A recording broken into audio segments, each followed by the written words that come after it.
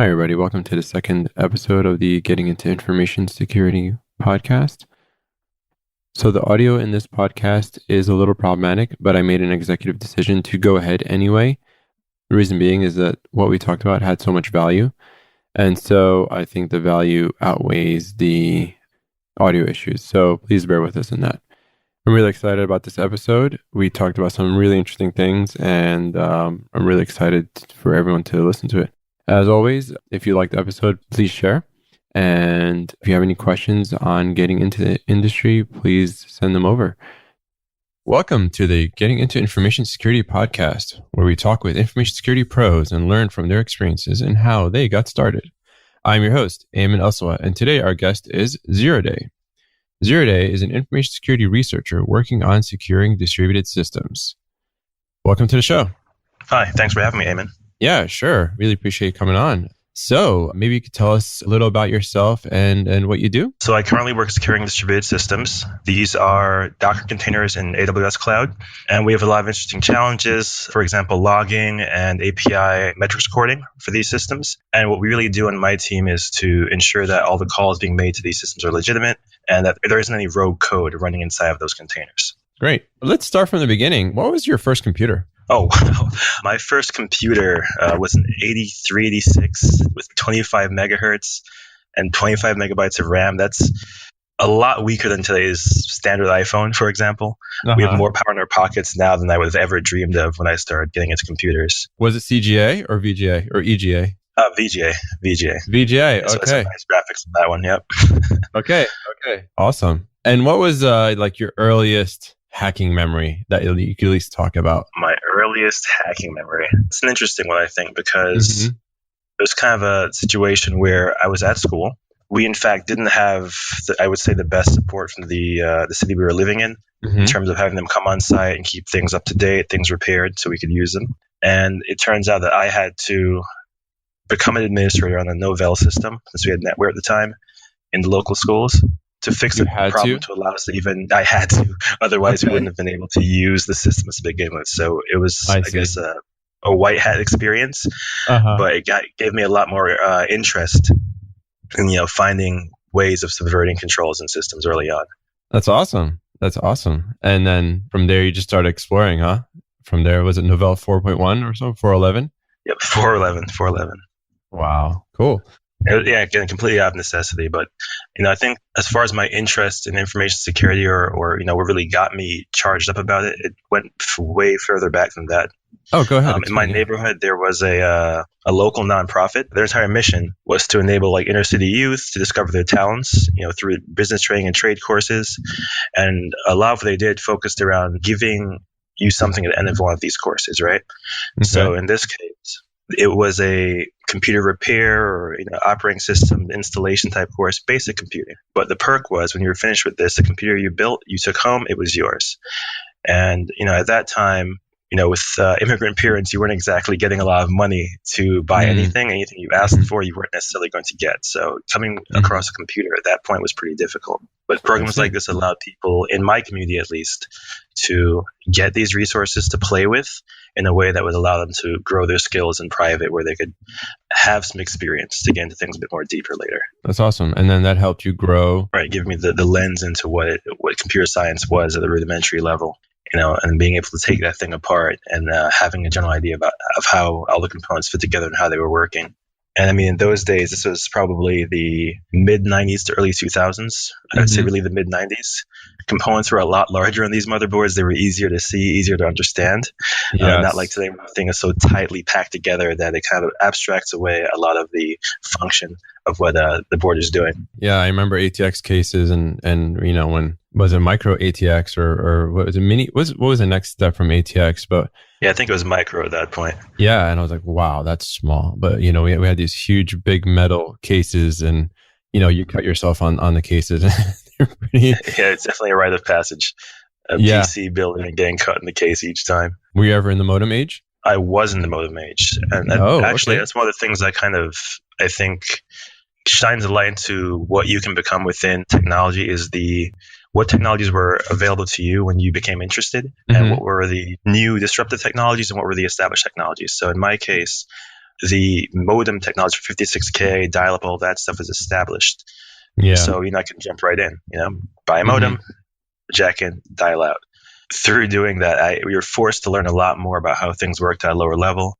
For example, to play a simple online game, it's not like today where you can install a Steam client, run the game, and you're done. In those days, you had to basically fire up a server on your end, have someone dial in, accept that connection. Yes. It wouldn't always work. So you had to do a lot more troubleshooting, and kind of forced you to be a little bit sharper, I'd say. Yeah. Because of how much of that wasn't abstracted away yet. I always envied my friends that had multiple lines. I wasn't one of them. What's the slowest modem you had? The slowest modem I had was a 14.4K US robotics modem. Because once again, immigrant parents, they weren't buying me anything. So a lot of these devices came from donations, or, for example, my school was another huge source of this kind of stuff. It would need one extra modem or something that we're eventually going to throw out, to give me a lot of this hardware to play with, or, get a better understanding of. I think that kind of thing really matters, having a space where especially young kids who are interested in this stuff can go and really see how this stuff works and get their hands on it. That's good. Yeah, I think the slowest modem I had was actually a 2400 baud modem. So, kind of dates myself, but I always love hearing modem and BBS stories. So that's awesome. So fast forward now, and what made you, it seems like you always had an interest in computers, and you just had that hacker mentality where, you're looking to take things apart and learn more. At what point did you see you wanted to do this professionally? Well, in a way, I kind of fell into it, I'd say. At one point, I wasn't living at home any longer following high school, getting into college, and I needed to find a way to make money. And generally speaking, you could go work at the burger joint or wait tables or whatever it is, but if you play on your strengths, things would be that much easier for you. And I figured, hey, I know a little bit about computers. Let me try and do something computer related. So at the time, the only thing that was available even to get a taste of what that world looked like was, if you remember Circuit City, now defunct, they had a Firedog technician program. It was basically PC repair, AV, and all that kind of stuff, right? So I applied for one of those jobs since I had previously worked, sales for these guys during holidays or something. So I figured at least I knew a few people there. I got through, and really that was my first introduction to this stuff professionally, being able to actually work on the machines of other people. And the malware I came across in those days, I still don't see anything as unique today on some level. Awesome. So all the weird niche consumer malware, all the fake AV clones, and cleaning that stuff off by hand without using antivirus software. So finding all the persistence locations and doing that pretty much day in and day out really gave me more of an interest in doing that side of things professionally and moving away from the traditional general IT support side of things. That's awesome. So you just got thrown into it, huh? Really, yeah.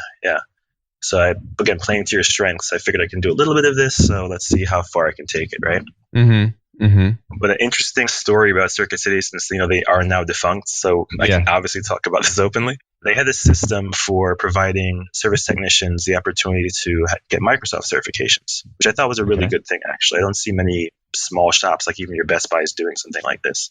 Right. And on that platform, there was a limit of 2 vouchers that you could get out of the system per employee. But of course, that was managed on the client side with some JavaScript and cookies. So lo and behold, I managed to get 6 of these things. And again, these are vouchers that have value. You can taste it for a Prometric certification exam. And that's what I did. Got as many of these as I could, breezed through some Microsoft certifications. I believe it's for either Vista or Windows 7 back then. And then took that as my platform to start trying myself out there in the world of desktop support as a first step, because they were asking for this particular credential. Okay, that's awesome. You have any interesting malware stories from those Circuit City days? None that I'm really too comfortable talking about, because people walk into the store, you have a certain view of them, but it's not until you really get on that machine that you see, kind of how the exterior doesn't always match the interior when it comes to people. Because when you start picking apart how this infection got onto the machine, is it persistent? Is it going to come back? Because you don't want the customer returning to the store saying you didn't do your job. But a lot of these were sourced from adult websites, let's say. There's some fairly elderly customers with this problem, which is a little interesting to me at the time. Very interesting. Okay. That's all I can say on that one. We could leave it there. That's awesome. We could leave it there. So it looks like you started, in the desktop world, desktop support, and then, worked your way up from there. And when was it that you actually had an actual information security focused job, like at a corporation? How did that transition happen? So that transition came pretty late following that, actually.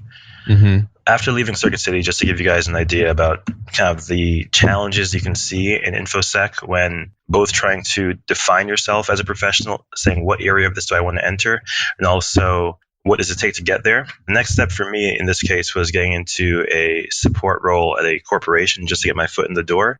But even with that role, my interest wasn't in working desktop support at that point. I did want to get more hands-on with malware analysis, more hands-on with security as a whole. Right, of course. But with a lot of these organizations, they're pretty rigid. They have set roles, set people in these places who have been there for years in many cases.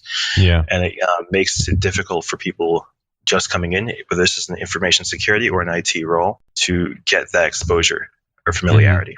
So in my case, I went to a corporation as their desktop support person for a trading floor, right? And the reason behind that in this case was no one else on the support team wanted that role, basically, right? Okay. These were the toughest users to deal with, the most unreliable systems at the time, and the least appreciation you got out of the role. You'd be screaming at every day, traders are breaking phones, screaming in your face, telling you what you don't know, et cetera. Right. But I saw this as a challenge because, I get access to not only the user-facing problems, but also the server-facing problems that run their backend. So it was one of these roles where I got to be, in a sense, the king of the castle and really get to be hands-on a bit of everything. Okay. And, from having that freedom in that role, I was able to also directly impact the security of that part of the organization. And that was kind of my own personal proving ground. Right. So taking the output of this kind of a sandbox, professional sandbox, being able to show that to the next manager or the next person who looked to see what your skill set is, that was kind of how I made that transition. So my first taste of security was really in that role, although it wasn't officially defined. Right. It wasn't until actually 6 years later, Oh, wow. I had my first official security role. After consolidating the experience I had in that first desktop support role, later moving to a server infrastructure role, and then a global server monitoring infrastructure role after that to kind of combine the two sides, it was only at that point that I was kind of validated to say that, yes, I can do this type of work, even though it's not directly presented on my resume. Because a lot of these information security roles, people, I believe these days, want to present them as introductory roles in the sense of we want someone who's been doing this for 2 years, or we want this level of skill, without breaking apart what it takes to do the individual pieces of the role, which in fact bring you the intermediate to journeyman level for most of the other portions, such as, infrastructure knowledge, development knowledge, or some networking knowledge, right? And these are the kinds of things that I think skew the experience requirement when they're presenting these types of roles, which often leads to either disappointment on the part of the person going into information security and also on the part of the people who would like to bring more people into information security. Right. That's where I think the disconnect comes from. Yeah. We're kind of part of the problem, right? Absolutely. A long time, these 8 years, you were probably applying to, security jobs, but, getting denied saying you don't have enough security experience. Is that be an accurate assessment? Yeah, that would be a bit of an accurate assessment because they often want to see direct security experience, directly doing this, that, or that, So you kind of have a chicken and egg problem where we want experienced security folks, but in order to get into a security organization, you need to have experience. So how do we do that? Right. That's really the question there. Absolutely. Yeah. So I'm finding, even though a lot of colleges are teaching information security and some folks are able to get it off the bat, I am still finding that a lot of people are still transitioning. So, in your case, you were the sysadmin, but you were a security conscious sysadmin, and you learned your security from your sysadmin role.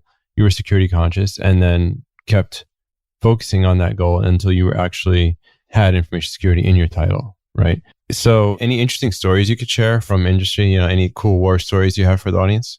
Well, I can tell you this one. It's a story from when I was doing a lot of security operations work around monitoring, forensics, and that kind of deep forensic stuff.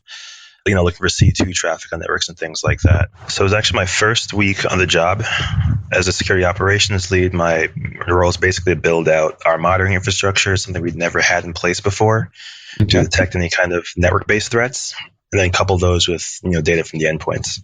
So again, first week on the job, first 2 weeks or so, and I started getting the flow data in so I can build some patterns from these to see what's normal, basically user behavior analytics. Yeah. I noticed an interesting pattern in one of our remote sites. Basically, every day at the same exact time, a number of sessions, about 30 or 40, get established and maintained for about an hour or so, and they drop off. And the same thing would happen every day, right? Huh. And it was always 12 o'clock on the dot. So from my perspective, thinking about a possible malicious and a possible benign scenario for either of these conditions, these conditions, I should say, it looks a lot like C2 traffic. Something running on a machine, it's dialing out, making a connection, doing what it has to do, and then dropping said connection. Right. In this case, a lot of the IP to geographic data and any of the whois information around those address spaces, these things are like Belarus, Russia, Poland, and we're US based. So this is pretty odd, right? Okay. So I figured let me deep dive into this a bit more, start looking into what workstation here is doing the host, and try to figure out who this thing belongs to, and really unwrap this. And again, I'm thinking this is C2. I just got into the job. I'm really excited, charged up. You want to get that first, right. That first check, Impress the boss. Yep. Exactly. So I'm pulling these logs. I have full process history going back to, a week or so with every process that launched, who launched it. Basically, this entire framework I built out, I was really proud of. Okay. And I pull all these results, start analyzing it, ready to make up this beautiful report. And then I actually get a screen cap back from what these connections were, since these were going over HTTP. It was web traffic. Oh, I see. Okay. So it turns out a user in one of our remote locations was visiting adult websites every day at the same time. Every day at the same time? Wow. For about a month and a half. This is basically this guy's lunch break. That's hilarious. Now what? Is it an incident? How do you deal with it? That's a tricky one. Yeah, in this case, it wasn't an incident. That's something that sometimes comes up in information security work. You see things you were not meant to see. Yeah. And that usually comes down to making a judgment call. Does this put the company at risk? That's right. Wow. I mean, a lot of those sites can be infected. So that is one trajectory. But that's really tough. You're right. I mean, when I was a tech at a computer lab in college, the rule was, because it's a college and because it's so, information has to be open and the users have to be allowed to do what they do. If someone was surfing porn and a user was offended by it, then we had to move the offended user, not the person surfing it. So, wow. Yeah. Well, imagine playing with everything. That methodology, that's different. Yeah. And the problem with, as a security practitioner, we do have access to things and we have to make that call. Is this going to put the company at risk? Is this violating our policies? Does the company have like a more liberal stance? I mean, if that person was subverting your proxies and your firewalls, right? Then I'm sure that there's something there. But, right. And also same thing with help desk. When you look at malware and they say, oh, my computer's infected. Well, we're going to have to take your computer and go through it and see how it got infected. A lot of times users are like, no, that's okay. No, that's okay. Because they'd rather be infected than revealed. Yes. And that's the dilemma. Yeah. An interesting topic for another day. So what are your thoughts on the security industry today? Any thoughts, anything we can do to improve how we bring in new talent and things like that? Wow. Well, that's one of the bigger questions when it comes to this industry right now. And, from my experiences, what I can say is we should really reach out to a wider swath of society to get them interested in information security, because I don't feel we're involving enough of the population, I should say. So in my case, for example, if that nonprofit had never existed, if someone had never thought to, put that in my town, I most likely would have been doing something else, probably still in the sciences, but not InfoSec related. So I believe engagement is one side of it, being willing to put up physical spaces for people to see that these things exist and these technologies are real and they can do this kind of thing. That's one part of it. Seeing is believing. Something else that comes to mind when it comes to, getting new people into InfoSec. I think we give a lot of bad advice as professionals or as people who are already at kind of a journeyman state in their career, and certain things will work for some people but not others. And we should be willing to open our minds to other possibilities in terms of what would work for you may not work for someone else. For example, the certification topic comes up a lot. Many people say certifications are worthless, right? And on some level I agree, and others I disagree. But it's as simple as this. if you have the knowledge, but you might not have the education or something else, and you want a way for this to be proven as, hold some water, and you go through the certification process for any of these certifications, you're learning something along the way.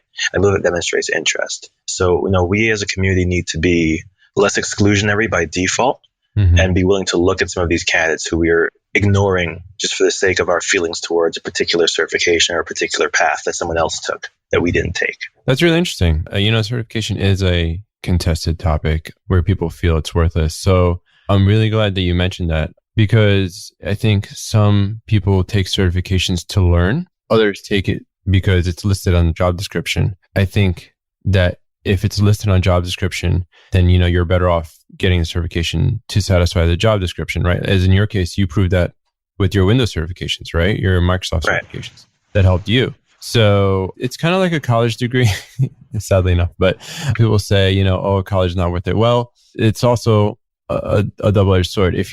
How do I say this? But in what I tell people, is college going to prepare you for your job and your career? Might not, but it's going to get your foot in the door, right? It's going to prove that you've done something to someone. It's also a very controversial topic, right? I think Apple and Google just removed their college degree requirements from some of their job descriptions. And I know someone that was limited from being promoted to a higher architect engineer level because they didn't have the college experience, although they were very, very talented. But when they came to get promoted at this particular company, they were denied that. And so, we shouldn't use it as a denier for people. We should use it as an entry for folks. And of course, some have more, some certifications have more. The OSCP, for example, is a great certification for actually learning and proving that you know something, right? That's, Absolutely. I mean, this is going to be maybe a hot take for some, but, I also have my issues with that certification, and I also hold one. But what I feel it prepares you for as a penetration tester is kind of a homogenous environment where it's really, really Linux focused and really web focused. And more often than not, with a lot of these client engagements, you have a mix of operating systems, more often than not Windows. So with even with certification aside, just kind of speaking to the shift from hacking to penetration testing as a concept. With the rise of sites like Hack the Box and others. Again, a lot of these are really, Linux focused. And while they teach you great skills, it puts you in a situation where what you expect to see in the real world isn't matching what the real world actually is in terms of available systems. So it's also another way of kind of looking at that problem. Yeah, that's it comes back to the college experience, prepared versus, experience kind of situation. Right. I wonder if they've updated their exam, because I know someone that is trying it recently and didn't pass, but all the hosts were Windows. He was able to do privilege escalation, but he wasn't able to. So that's interesting. I mean, it could be the vice versa. So maybe they've heard some of that feedback, and shifted the exam as a result. But all the people that were doing it in Linux, and then they go get a pen test job and find out, most corporations use Windows, right? It's pretty funny. Yeah. So you're right. Yeah, I think certification is a topic that we could talk about for a while, but I really like what you said about that. And if you have any other thoughts, feel free to add. Things just coming to mind at this point. But as far as I think we as people who are more seasoned in the industry now have the responsibility to also make ourselves available to those who are coming into the industry, for example. And as far as people getting into the industry, one thing I think they should really focus on, aside from certification, like I mentioned, because that will at least impress some employers, right? At the end of the day, it's not going to impress maybe your fellow hacker, but it'll impress at least one organization that you took the time to sit down and do this. Something else that can really help, especially early on, and I wish I had known this sooner, was to reach out to the community, go to some of these smaller conferences, your B-sides, your local meetups or whatever they are, because you'll meet people at various stages of their career progression. And with a lot of us who are more seasoned, we tend to get maybe bored with some of the day-to-day challenges and take more joy in passing on some of that knowledge or enriching someone else's development. And that's something that you can only really get from a lot of these smaller conferences where things are maybe less intimidating and you can actually talk to someone one-on-one. Yeah. Yeah. So on that note, like what are some things you do recommend to folks who are trying to get into information security, either experienced folks or new, college students and graduates? Okay, so I would say for more experienced folks to start out, depending on where your current skill set is, I always look at it from the standpoint of where am I and where can I go. So I've always believed that the InfoSec skill set is made up of three areas, which are strength in infrastructure, strength in networking, and then being able to do some type of development or automating either of the previous two skills and applying security to them. Mm-hmm. So if you're, for example, a network engineer coming into information security, you should maybe shore up your infrastructure knowledge, because some things in the infrastructure side will trigger ideas or trigger thoughts in your mind that relate back to your original skill set. It will enrich both, which will kind of push you in the InfoSec direction, and vice versa. If you're coming from the infrastructure world, learn a bit more about networking and always learn some development, some automation at this point, because at least today, the majority of deployments, the majority of environments are being deployed as infrastructure as code. So there was a time where your network guy, he didn't need to know any code. Infrastructure guy, he might have to write a bash script or two, but that was it.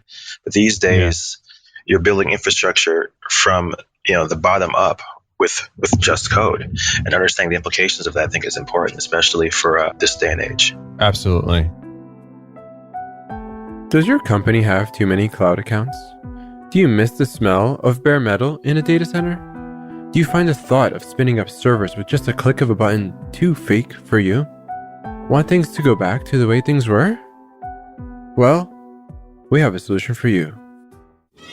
Cloud Be Gone. For just $19.95, you can purchase this universal device. Supports all the latest cloud providers. Simply point it at your screen and it will do all the work for you. It's just that simple. No more cloud accounts. Please do not try this at home. Side effects might include being fired, taken to the mental hospital, or pure freedom. I remember back in the day, if you were a network engineer or a network architect or whatever, you didn't need to know any code at all. And then now the tides have changed. So that's great. Any particular conferences you recommend them attending, or websites, or any other resources? Well, I would always say to look for the nearest B-side security conference. This is put on by the community in your area. And that's a great way to meet people who you can stay in touch with and work with more frequently, as well as getting to know what your location's flavor of InfoSec is. It's really interesting for me to see kind of the different groups geographically that make up the overall InfoSec community, especially in the US. So yeah, definitely go to your local B-sides, go to any local meetups around the networking side, the infrastructure side development, because you'll meet those security-minded people who aren't necessarily in security roles. And if you bring those people into the information security conferences like your B-sides, you start getting that, what I mentioned earlier, expanding the reach outside of what you traditionally consider as that's an InfoSec person or that's an InfoSec person. It's the hacker mindset you want to distill into what we now think of it as InfoSec. Yeah, that's pretty cool.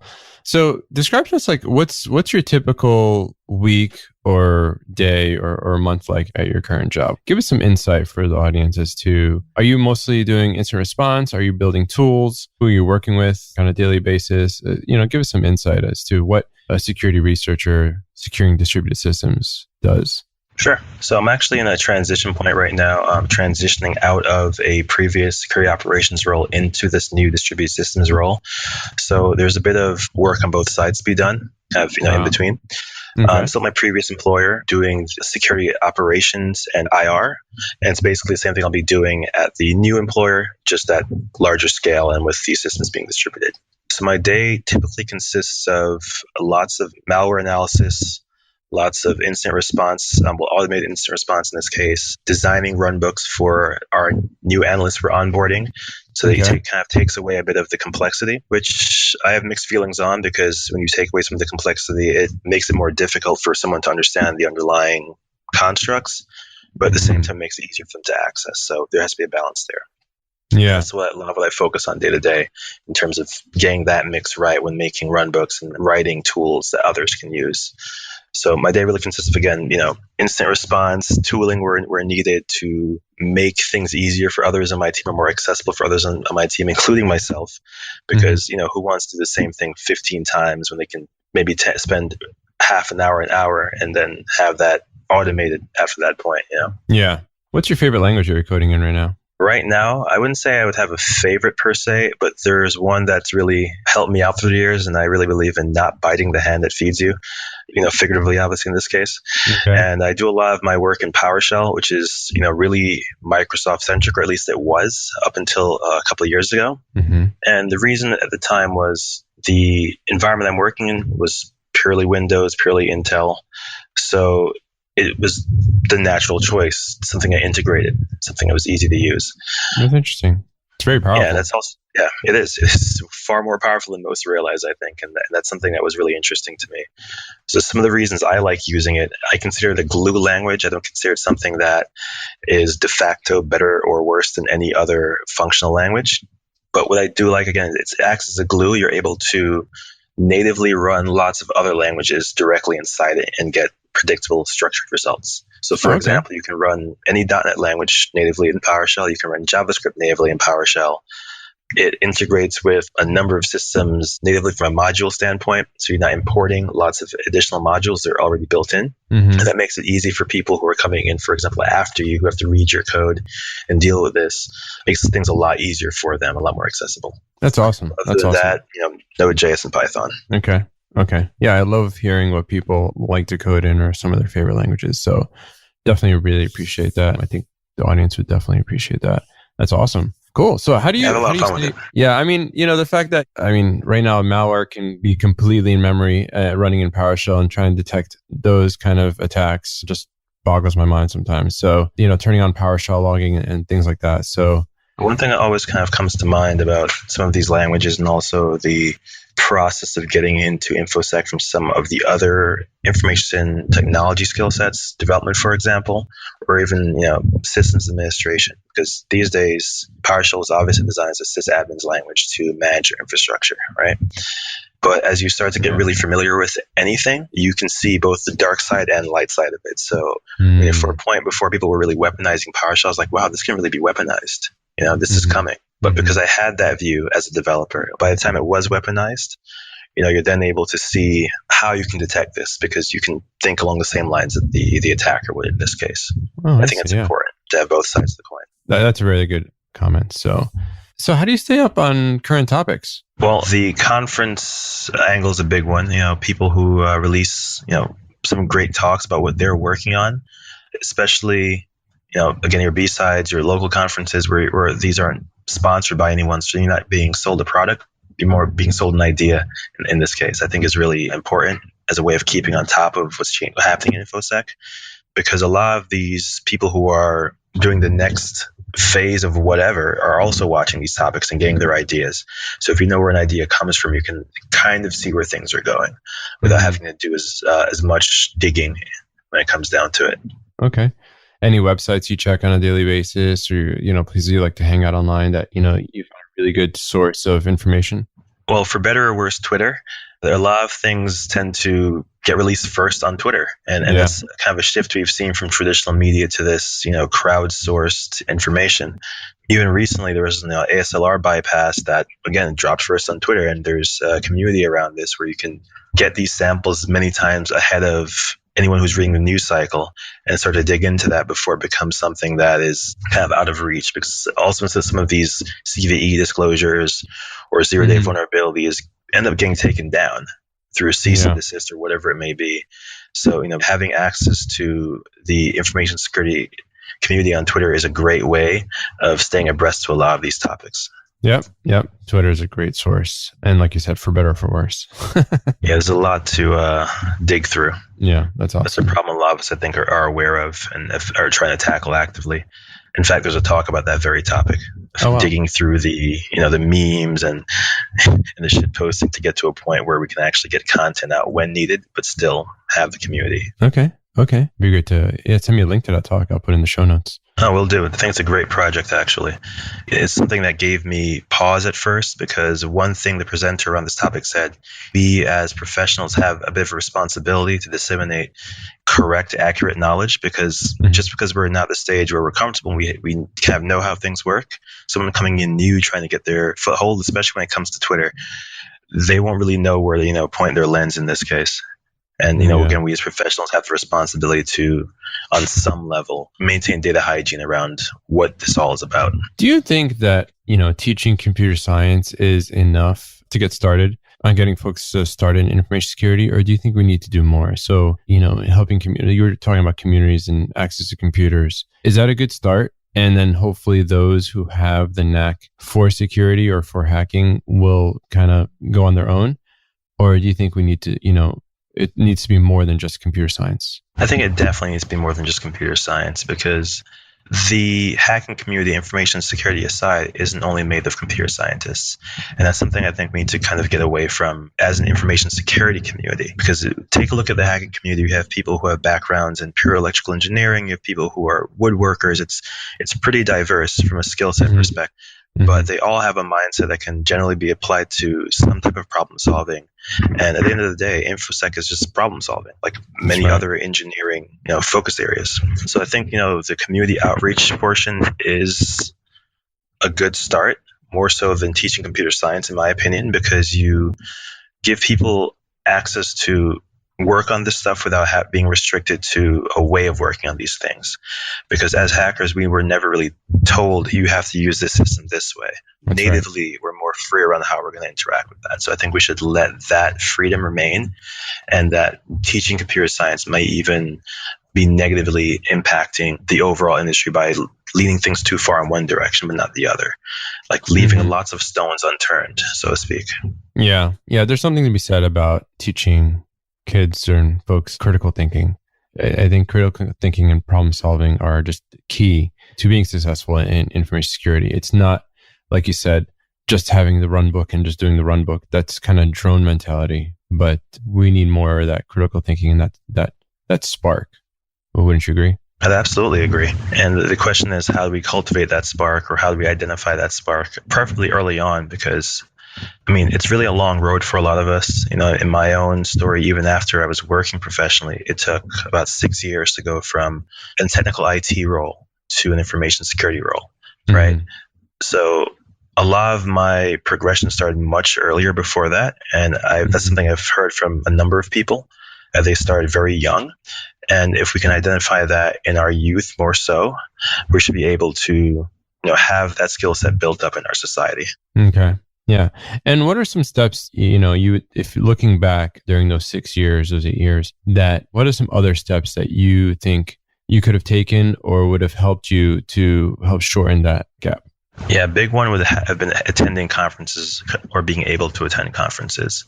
So it wasn't actually, or ironically, until I started attending these conferences that I not only, I'll back up a bit. Sure. So after I left my infrastructure role at that 6-year mark to start the security role, I hadn't gone to any information security conferences, any hacker conferences, anything of the like.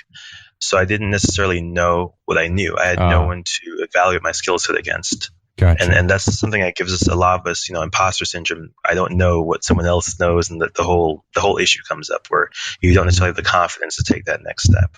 Because I think there are a lot of people out there who are definitely qualified, but they don't have the confidence due to the environment they're in, the status quo, or whatever else. So I think, going to those conferences, meeting people who were like-minded, being able to talk to them about what they were passionate about, and you realize that, hey, this is something that can work for me. It gives you just that push you might need to take that next step. So I would have started much sooner. Yeah.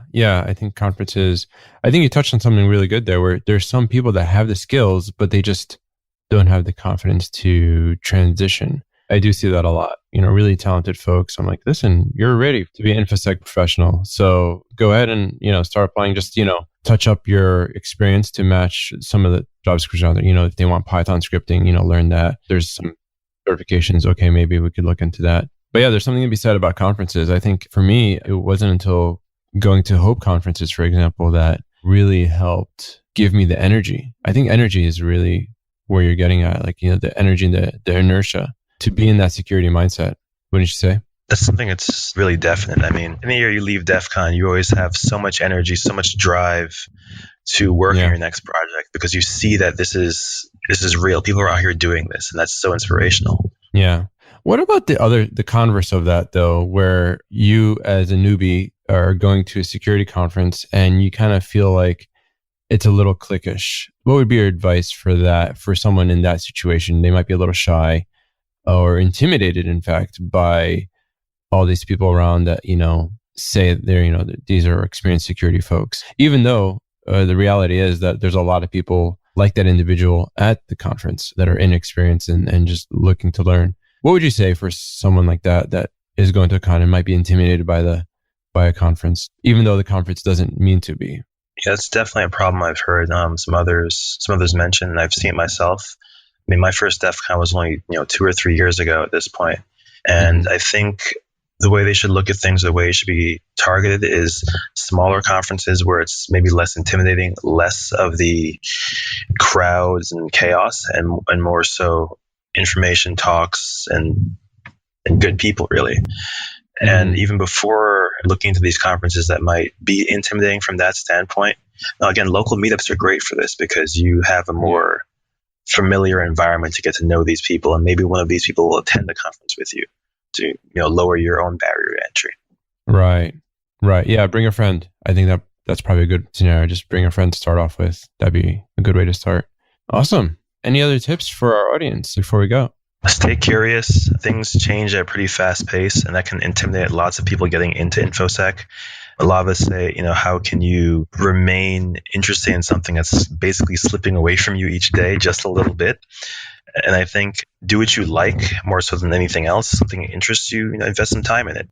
You don't necessarily have to follow what the news cycle or what even the community says you should be interested in. Find your own lane because there's definitely room for everyone. That's awesome. That's great advice. I don't think it could have been said better. So that's great. Well, Zero Day, thank you so much for coming on to the show. Really appreciate your time. How can people connect with you or find out more about you through social or wherever?